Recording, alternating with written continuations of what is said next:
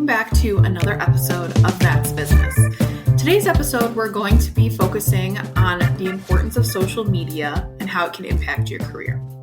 Now, this is all for people that are not necessarily looking for a corporate job. This is for business owners, sales folks, just anyone that's a professional. You could be a kid right out of high school and college. You could be a C-suite executive, but social media is important. We're going to talk about why. Right now, we're in the tech age. All over, whether you're on a social media platform, you're just Googling anything, social media is prevalent. It's not going anywhere. That's one thing we've learned is social media is going to be here, and it's going to be here to stay for a very long time. And it's not typically what everyone has said before. Stay off of it, play it safe. You don't want your employer or potential clients thinking you're crazy. Don't voice your opinions on things. Don't do this, don't do that. And while I do agree that if you have an opinion that is not kind towards a certain group of people, you shouldn't post it. But you do want to build your social media presence as your brand. You've also been told LinkedIn isn't Facebook. Your business pages, keep it just to business. Don't say anything personal. No one cares about all of that. And I'm here to say all of that is wrong. Now, let me tell you a story of how I got my start on social media. I never posted. I had Instagram, Facebook, you name it. A few years ago, I had the platforms. Did I really use them? Absolutely not. I thought nobody cared what I had to say. I thought, who cares? Why am I posting? Why am I sharing everything online, right? I would have friends come back to me and say, Angela, are you still alive? We don't hear from you. We don't see anything of what you're doing. And I just didn't see value in it. And then I started to realize my competition was posting online, getting a lot of clients from it. And I thought, let's give this whole thing a try. As someone who did not like to put myself out there, as someone who just likes to stay in my bubble and not really, voice my opinions, be who I am, which I know if you've listened to this podcast or you know me, that's hilarious thinking back on that now.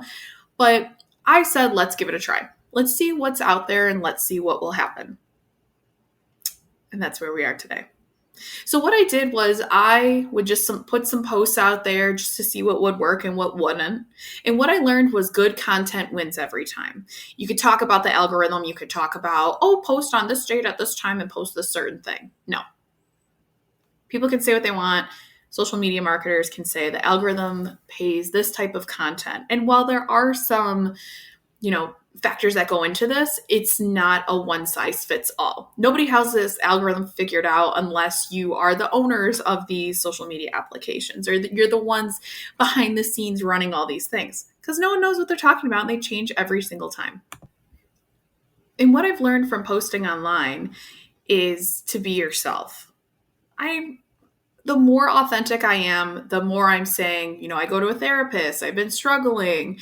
This was a great insight into my business. It's crazy. I've been running this podcast. Just being who I am is what's brought me more business. I've been asked a lot lately to be a guest on podcasts, run these webinars of best tips, tricks, practices when it comes to social media. But all it comes down to is being human. If you're someone that can convey yourself and not be this toxic positivity, live, laugh, love, everything sunshine and rainbows, people will come to you. And if you are that way, that's okay too. You have different audiences that will come to you for certain reasons.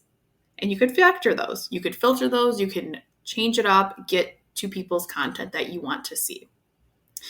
And what I've learned from the social media is you gotta keep doing it.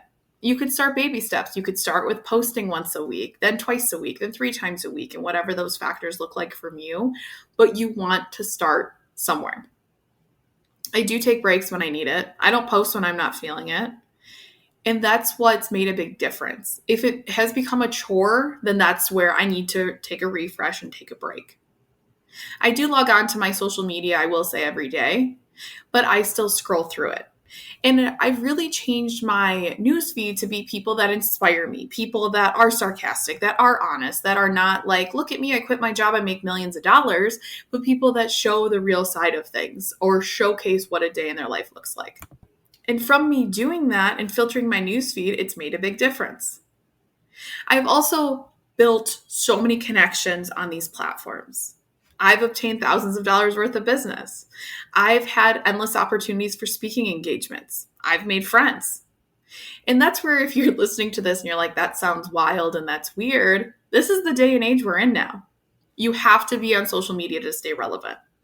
Your brand is becoming your resume. Again, if you're a CEO, if you're a consultant, if you're just looking for your next opportunity, you want to be on social media. Think of it this way.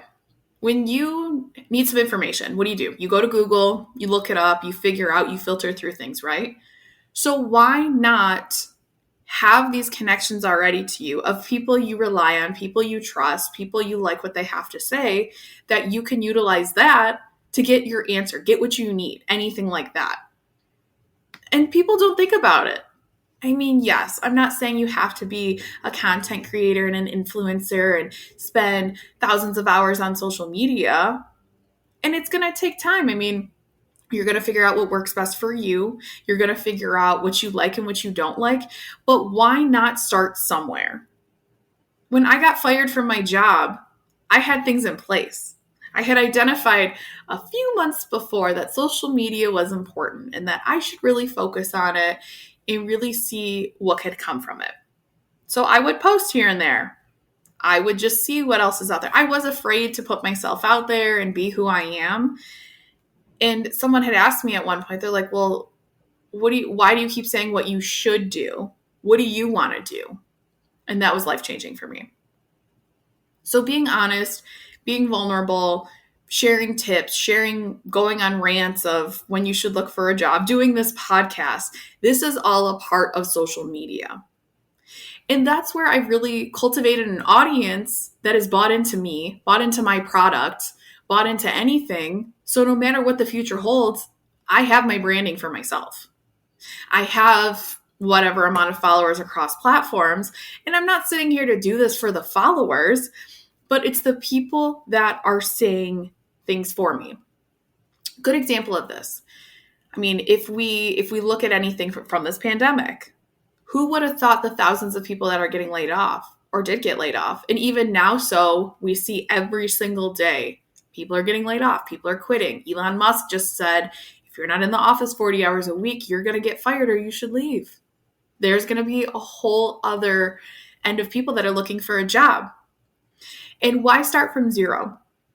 If you're not on social media, you don't have a big, plethora of people you can rely on.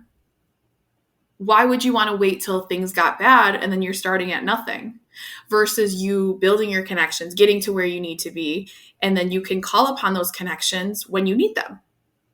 When I got back to my point of when I got fired, I already had, I think, like a few thousand followers or connections on different platforms. And when I was ready to launch, I put myself out there and said, hey, look, the Resume Rescue's in business full-time. This is my full-time gig. And I had enough business to support me for a month or two and kind of get my feet off the ground. Versus if I had nothing, if I didn't have things in place, it would have been a lot different. It's so hard to predict the future. I mean, nobody can. If you can, great. Please tell me what my future has in store for me. But you want to start today. Malcolm Gladwell talks about this theory of the 10,000 hours in his book, Outliers, which is my personal favorite book, of you spend 10,000 hours into something, you are an expert at it. He gives case studies, he gives different examples, and if you have not read that book, please read it. But this is the same thing with social media.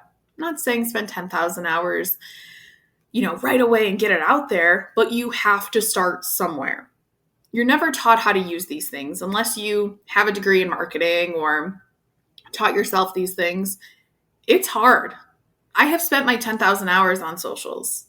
I have seen what works. I have seen what doesn't work, but you have to start somewhere. So why not just start today, see the progress you've made long-term and say, oh, wow, this makes a big difference.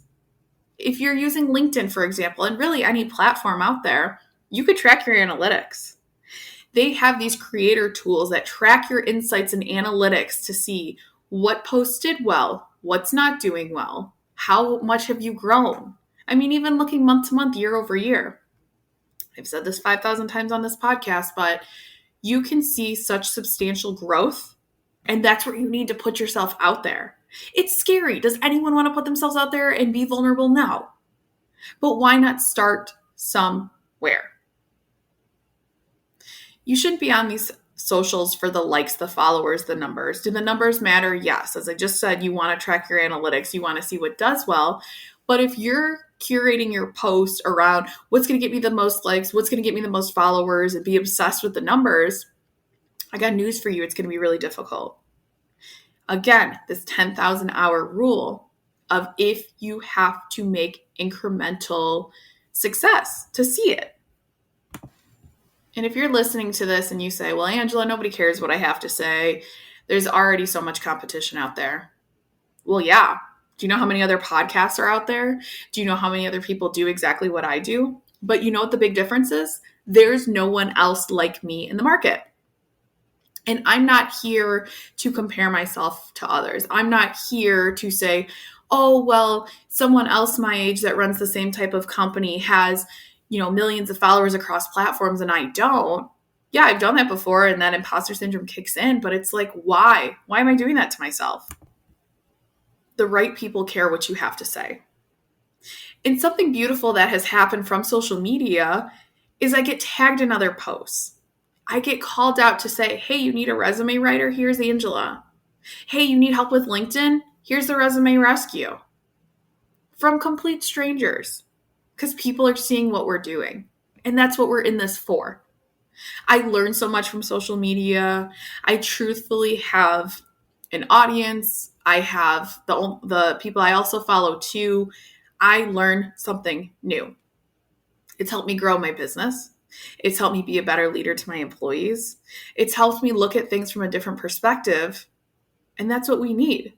People claim to be lifelong learners, but what does that look like? You can't, great if you can, but not everyone can go back to school 5,000 times, or not everyone can pay for certifications and updating their education and everything like that. It's expensive and it's difficult to do. So why not use social media? Find people that are your people or your tribe or the people that really enjoy you to do it that way. And think of who you want to see. My biggest piece of advice is post what you would want to see.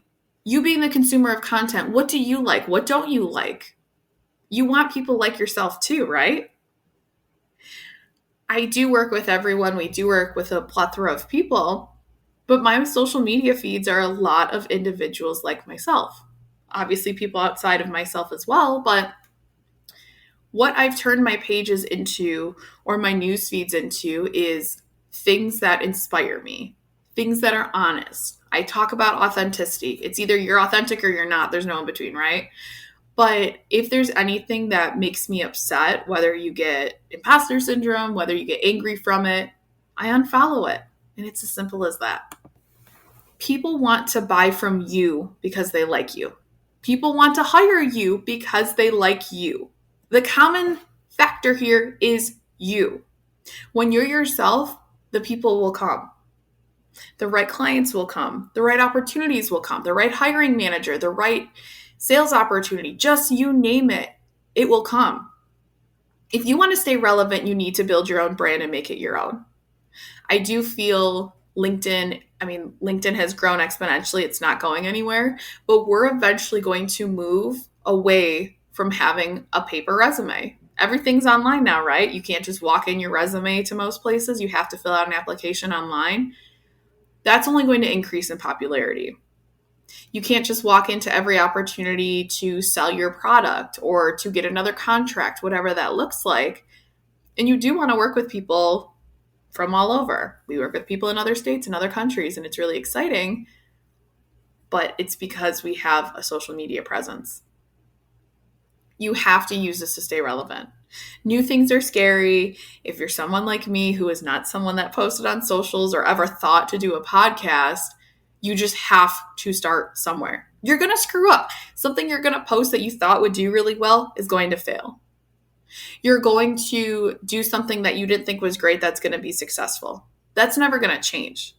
Things are both ways, both sides of the coin. It happens. But it's the way you take these things, what you take from this, and how to be successful in the future.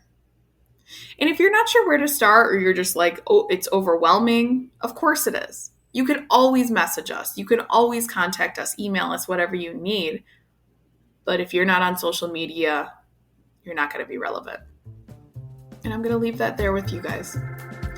Thank you again for listening to another episode of That's Business. Be sure to rate the show, comment what you found the most valuable in today's episode, and tune in soon for another one. Thank you.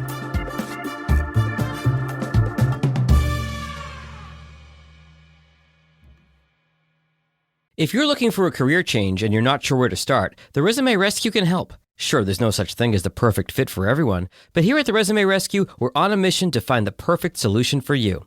Whether it's changing careers, updating a resume, learning LinkedIn, or practicing interviewing, we have you covered. Find us online at theresumerescue.com and find all of our contact info in our show notes.